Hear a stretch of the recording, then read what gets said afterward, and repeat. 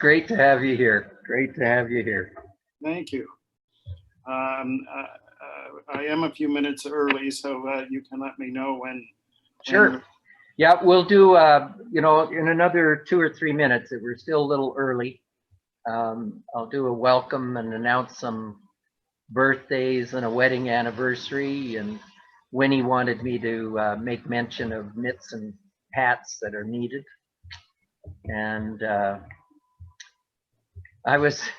one of my former students wrote me the other day and she said, John, she said, we've just been informed that, this was before Thanksgiving. She said, for Thanksgiving, we can only have a gathering of 6 people. But she said, if I was to hold a funeral, I could have 25. So she said, my pet turkey died and I'm going to have a funeral for it on December the 25th. Well, that's creative, but I'm not sure it really follows the health authority rules. No, I don't think so. I think if I recall correctly, she lives down in the States, so it would have been American Thanksgiving. So, but I thought, no, it was provided a chuckle first thing that morning that I needed. So yes, well, I'm afraid most of us have grown long ago quite weary of all of the regulations. Oh yeah. And you see on the news so many people that are reacting so negatively to having to wear a mask. But it is what it is. Fortunately, there aren't the same numbers here as south of the border who are having those. Oh yeah, it's terrible. Oh, there's Glenn. Welcome, Glenn. I can only see 4 of you. Is that normal? No, if you go up to gallery and click on gallery, then you should be able to see more people. Maybe top right. There are actually about 23 of us online right now. Okay, I can now see some more of you. Oh, good. I can see names of some people, but not their faces. They probably have just gotten out of bed. Yeah, they're hiding. Okay. Well, I shan't mention the names of those folk who I cannot see, in case you have just gotten out of bed. Yeah. In one case, Barb, I'm looking only at your ceiling, I think. She's handling a baby by the looks of things, so I'm not sure if she's gone away. Yeah.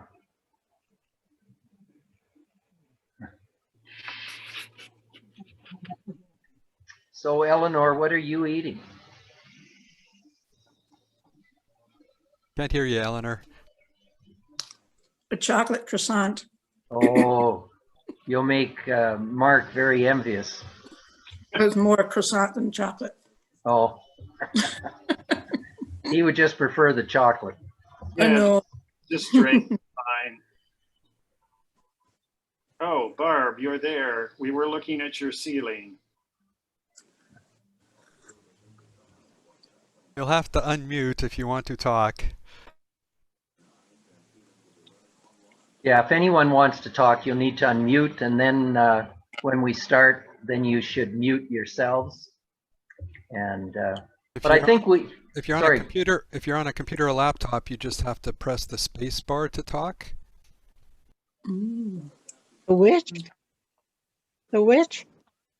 The space bar. So if you push the space bar momentarily, it'll let you talk while you're holding it, and then you let it go and you'll be muted again. Oh, great. Thank you. that is lesson number 1 for today. Yeah. Lesson 2 will follow. Well, welcome everyone. It certainly is a challenging time that we are all living in, but we are all finding ways in which to connect with one another.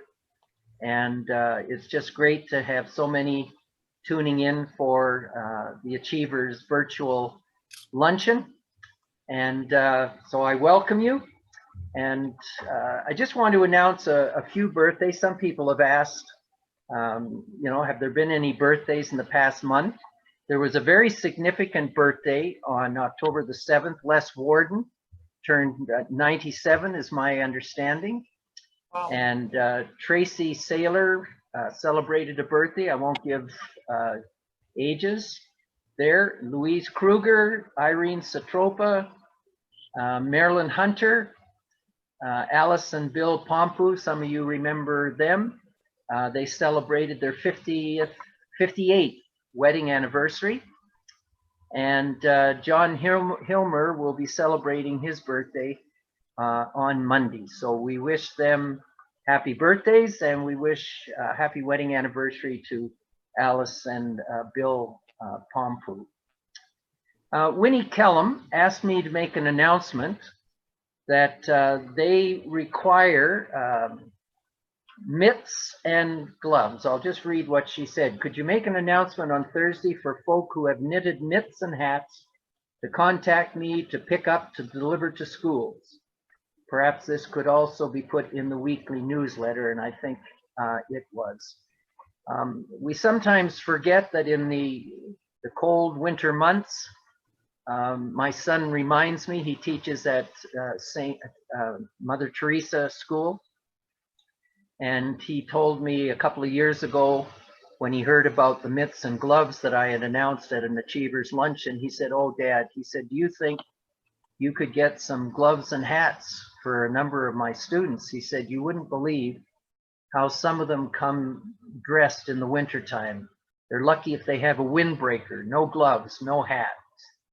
And for many years now, Eva McMillan and Winnie Kellum and Susan Cowan and so many others have gloves and mitts. Susan Quinn was another one who started this many years ago. And when those gloves and hats are taken to these schools, if you could see the looks on the faces, not only of the teachers, but of the students, it would warm your hearts to overflowing. And so if any of you knit, get a hold of Winnie and let her know that you might be interested in knitting some mitts and hats. I don't know how many of you have visited our church website, especially the Achievers website that's now a part of the church website. And I ran it off this morning and I looked at it a few weeks ago, and I was amazed with what is included in the Achievers section. We have talks that have gone on at the Achievers Luncheon that go right back to October 2012, and lists all the speakers, all the dates. So if you ever find a spare moment and you want to hear the stories of some of the people, please look on that. And there's also a section that is labeled Other Folks at First. Other Folks at First. And they're people like Bryden Yo, Del and Sue Bornowski, Kaylee Rich, Carlin Carbonneau, and a number of others. So I encourage you to take a look at the Achievers website and see the wealth of information that Kevin has included over the years. And I thank Kevin for sending me reminders. Do you have any information for me that I can put up on the Achievers website? And he is the one that does that. We are very honored to have Reverend Dr. Mark McKim. We all know who he is. He was with us for a number of years and really got us on the road of getting control of our deficit, and we're grateful for that. And he touched the lives of many people during his time with us. And he is now the senior minister at St. Mary's Baptist Church. Is that the correct title, Mark? First Baptist of St. Mary's. Okay, First Baptist of St. Mary's. And as I said, and as he said as well, 90-second walk from the church to the chocolate store. That he's probably going to take shares out at some point during his ministry there. Who But, says it happened already? Oh, anyways, we welcome him with us today. We're very grateful that he was willing to speak to us. He couldn't last week because there was the assembly of the Convention of Ontario and Quebec, and he wanted to be there. And so that is why we're holding our Achievers Luncheon on the 5th week of October. I want to just share with you a very short devotion and a prayer, and then I'll turn it over to Mark. And the reason I've chosen this devotion, October 22nd was the second, I hate to call it anniversary, but the second year after my mother passed away. And for some reason or other, a sense of purpose of life came to mind. And she knew what her purpose was in life. She was at peace. She assured me in the last 5 days of her life that I spent with her. She said, Johnny, I am at peace. I know where I'm going, and there's no need to cry. I want to go.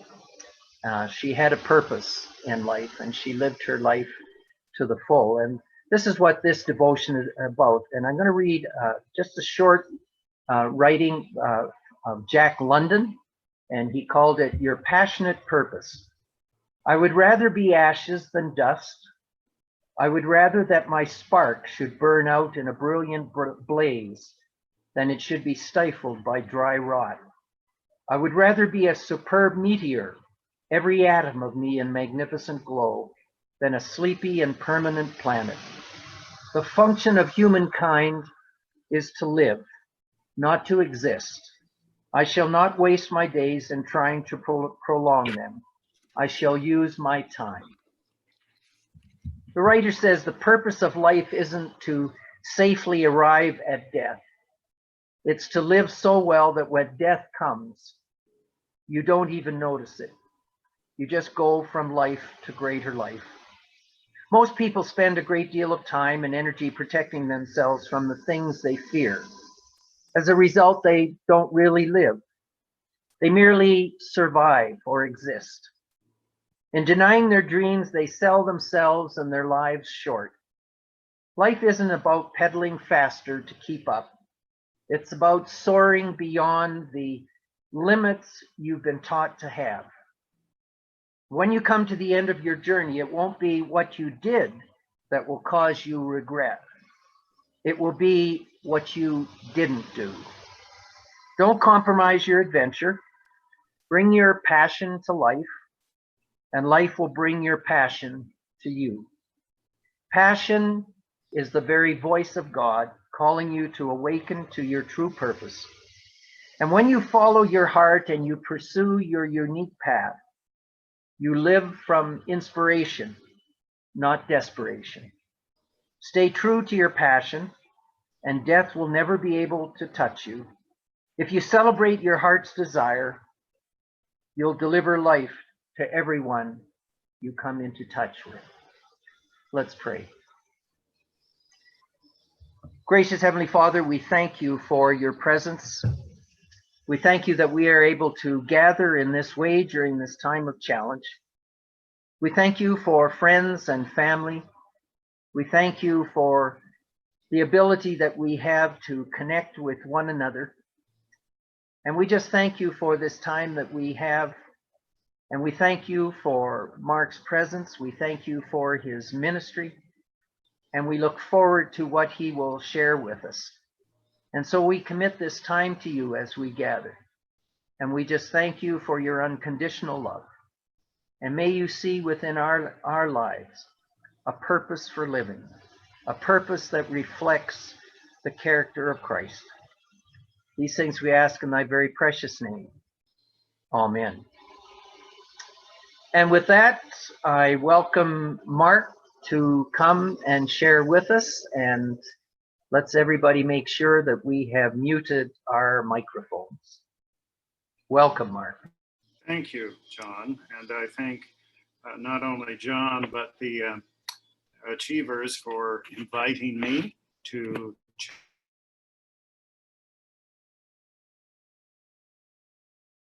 you. And some of you have frozen. Are you still able to hear me? You froze for a moment, Mark, but now you're back. Okay, well, that happens now and then on Zoom. If I freeze and I'm just talking like this and for any length of time, just, wave frantically, Kevin. Okay, well, again, my thanks to you for the invitation. I'm in my study speaking to you, and if there's a bit of racket in the background, it's because they are doing something with a large machine outside on the street, and I'm not sure what it is they're doing, except that they're making a great deal of noise, which I hope means they're accomplishing something useful. Most of the folk that I see on the screen are people that I knew when I was at First, but there are a few who I don't recognize, who obviously have come since my time there. So I'll just give, for the benefit of those folk, a bit of background. I am a Maritimer, born and raised, studied at the University of New Brunswick, at Acadia University and Boston University. I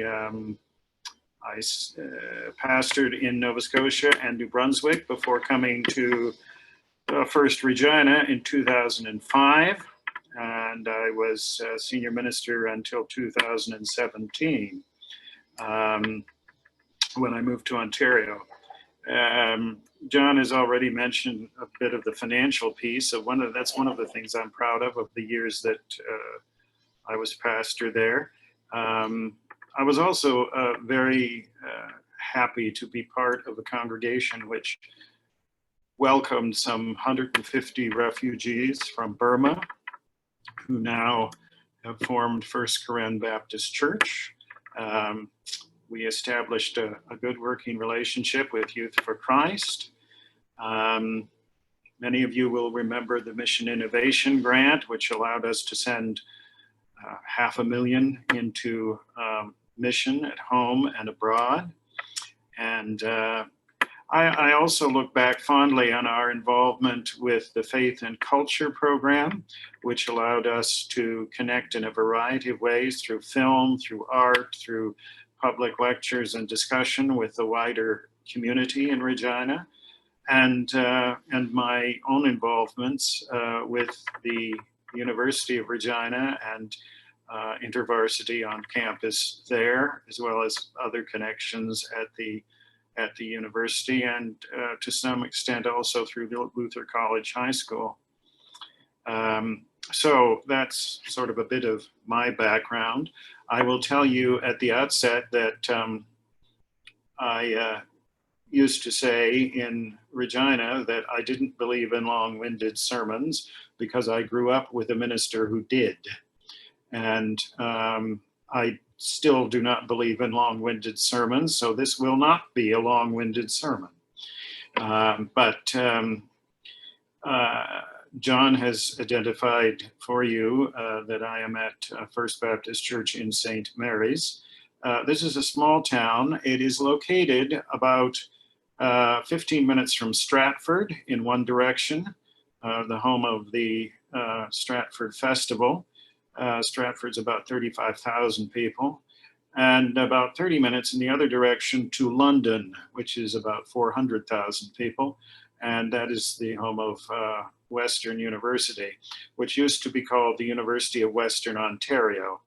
I have no idea why they changed the name to Western University, because it's only west if you mean west as in Southwest Ontario. It seems a strange renaming to me, but nevertheless. that is roughly the location in southwestern Ontario. A few folk have inquired over the years about my health, which had some issues. I will say that since leaving Regina, I have recovered. I have blood pressure is under control. I am no longer suffering from severe depression or extreme fatigue, nor do I have shares necessarily anymore with Tylenol for almost daily headaches. So I'm very glad to have those changes happen. Now, in terms of what I do here as the minister of this church, it is a gentle and loving congregation, not a huge church, with I can say no drama, which I like, and it is a congregation that has is the smallest congregation in the community, which is a change from what I experienced in both Regina and in Eastern Canada. We have Presbyterian, Anglican, United, Roman Catholic. We have a Associated Gospel Church, one or two Mennonite churches and independents in the area. We are, I think, the smallest, but nevertheless, we have been involved in a number of things in the community and through the Ministerial Association, except during COVID, which has really put a bit of a crimp in things. Through Ministerial, we have been involved in sponsoring refugees from Syria. We have a yearly Advent Carol service, Carol and Scripture service. We also organize an annual memorial service at the St. Mary's Cemetery. And we join together during the Lenten season. During Lent, each of the churches is responsible for a noon hour lunchtime brief worship service, and then a luncheon so that folk can, simple lunch, soup and sandwich, folk can come and then be back to work by 1 o'clock. And there's a brief service and then the lunch. And I have enjoyed participating in those events. Of course, much of this has had to be suspended during COVID, but we look forward as ministerial to the time when that is possible again. I think most of us have gotten a little zoomed out over the last few months, but it is what it is. I continue to focus, as I did when I was in Regina, and this will come as no surprise, on expository and doctrinal preaching. We've engaged in a number of things in terms of community outreach. I have a column in the local paper, and we've also engaged in something called Movies That Matter. My newspaper column is under the headline Matters of Meaning, so it's a play on that. Movies That Matter, which again, it has been suspended from COVID, is a monthly event that happens at our nearly brand new and enormous community center, open to the public. And we choose films that are, for the most part, not specifically or overtly Christian in nature, but which raise questions about meaning and purpose in life and serve as a springboard for discussion. And I moderate that along with Professor Gabrielle Seraldi, and Gabrielle is a professor of English literature at Western University, a member of our congregation, and it's a very enjoyable time to moderate with her. Between the two of us, I'm sure that the audience on some occasions has wondered how we could possibly have seen that in the movie we just watched. But, you know, you put two egg heads together and what do you get? Cracked eggs, I suppose. So those are a couple of the things that we have been doing of late. A smaller congregation has also given me more time to write. And I'm currently, my long-term, multi-year writing project is on our understandings historically as Baptists of baptism. This has meant a lot of reading of historic documents. Thankfully, a lot of the earlier documents are digitalized and available online. But there does come a point where you really do need a theological library. I am hoping and praying that McMaster's library will at least open for curbside service in the near future. McMaster University is of Baptist Foundation. It's the location of McMaster Divinity College, and it's about 90 minutes from here. So it's a wonderful resource. The folk there have been absolutely superb in providing resources, but their library has not been open in several months. Now, I'm not quite sure what librarians do with their time if there is nothing in the way of books going in and out. I can only assume that by the time it is reopened, every shelf will be in pristine condition, having been dusted to within an inch of its life, and every book will be in place. But I would still like them to at least open for curbside delivery service and pickup, if not for letting us in person. I've even said, you know, I'm using the theology section. It's usually not overwhelmed by people. So, you know, if I'm wearing my mask and so on, it doesn't seem to cut any ice with the regulations. So it is what it is. The writing work is, I find fascinating. The historical piece, which has been the focus of my work on our understandings of baptism, we essentially early on had two schools of thought. The majority, the Reformed or regular Baptist, which saw baptism as a rite in which God was present and doing something, at the very least, encouraging faith, strengthening faith, saw this, regular Baptists saw this as a means of grace. General Baptists tended to see it only in symbolic terms.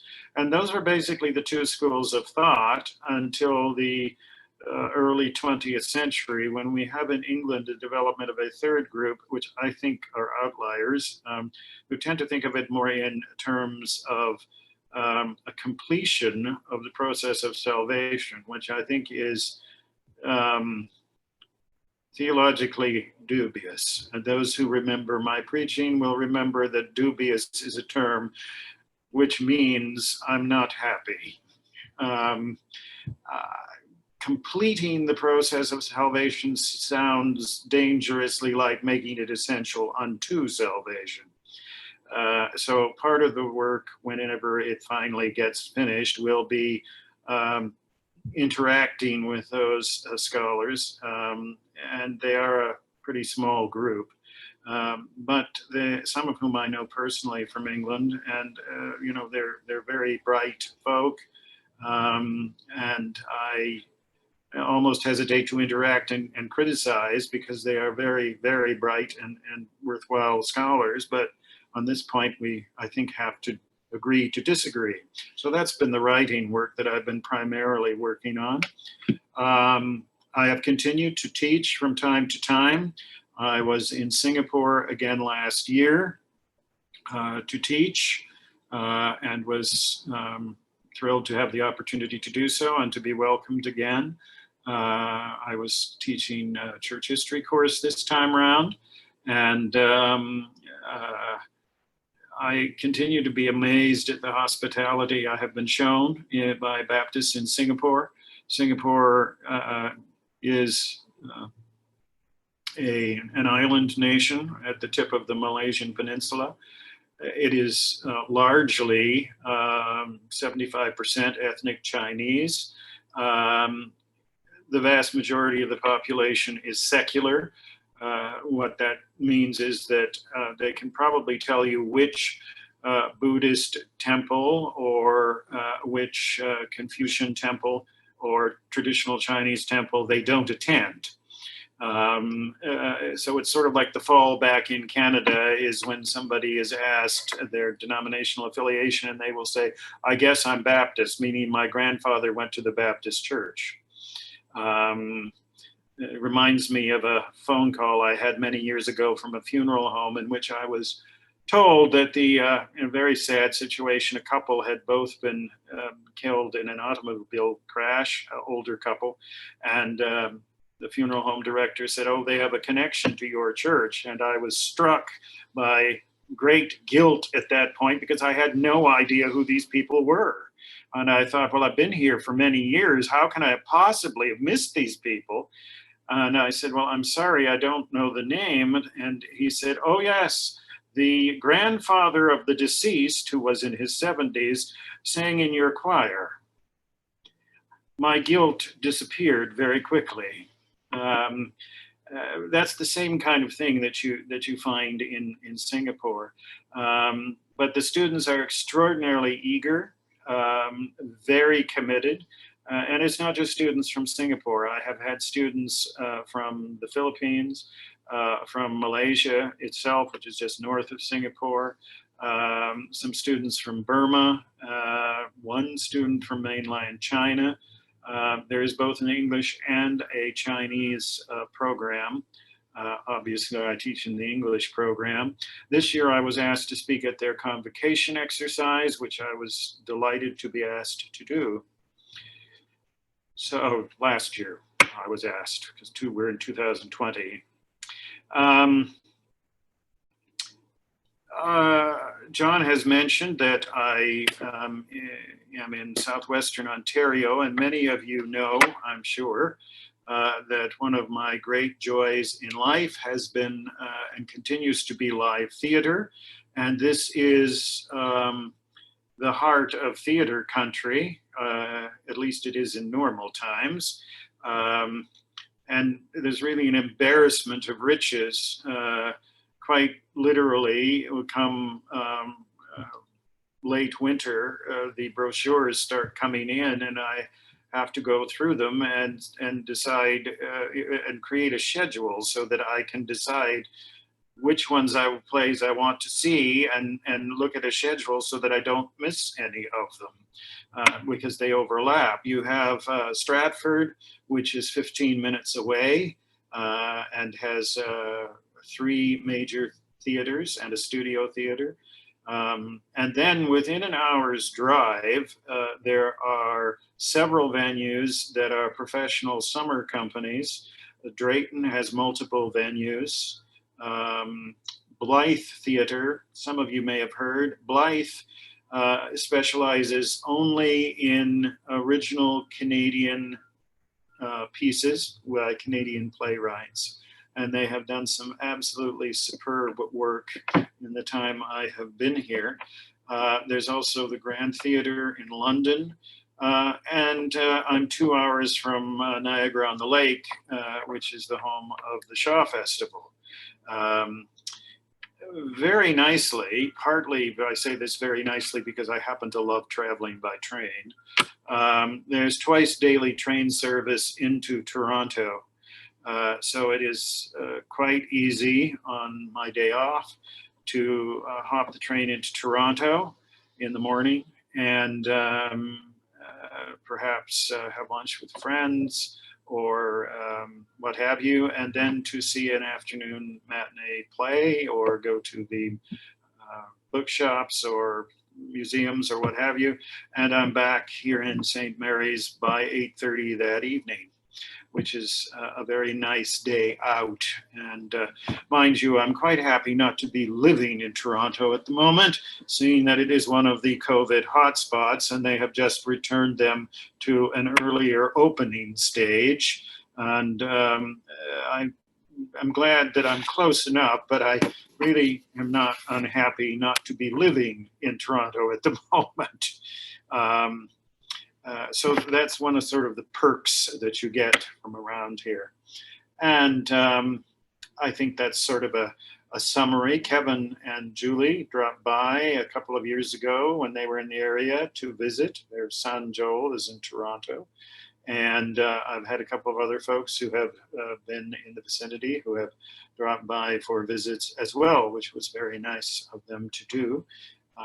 St. Mary's is a very pretty little town. In some ways, it reminds me of the Cotswolds in England.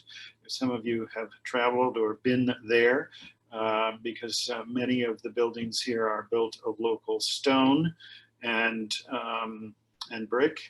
And so it in some ways reminds me of that part of England, which is a very picturesque and pleasant kind of place to visit. And it's the kind of place where that shows up on calendars from England all the time. When you get your calendar from England, it inevitably will have some shots from Cotswolds villages, which are gorgeous places. So I think that sort of gives you a bit of a summary of what I have been doing in the last 3 years, 3.5 years, I guess now. As John said, we just had our